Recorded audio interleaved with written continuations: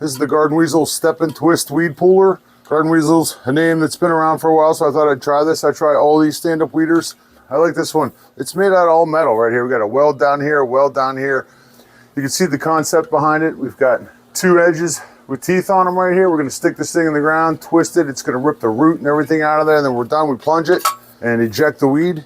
This thing's 36 inches long. Some of these stand-up weeders are very, very light. Some are a little heavy. This one's kind of right in the middle, weighing in at 2 pounds and 3 ounces. It's got really nice gripped handles on here.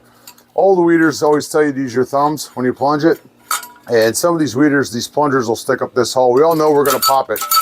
That's what we're gonna do. But this one I can actually reach with my thumbs. Let me show you how it works. I'm gonna mulch this all the way around, and I want this stuff out of here. So here's how easy this is to use, especially in soft turf. You know, I'm gonna use this with my right foot, so I got the foot peg right here. You just center it over top, whatever you want to pull. Twist. And pull it out. Hit the little plunger, pops it out. Super easy, easy on your back. You don't have to worry about bending over so much.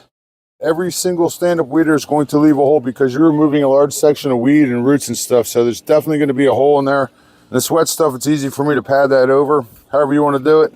Cool concept, easy to use. It's the stuff right out of there. Eject it, you're done.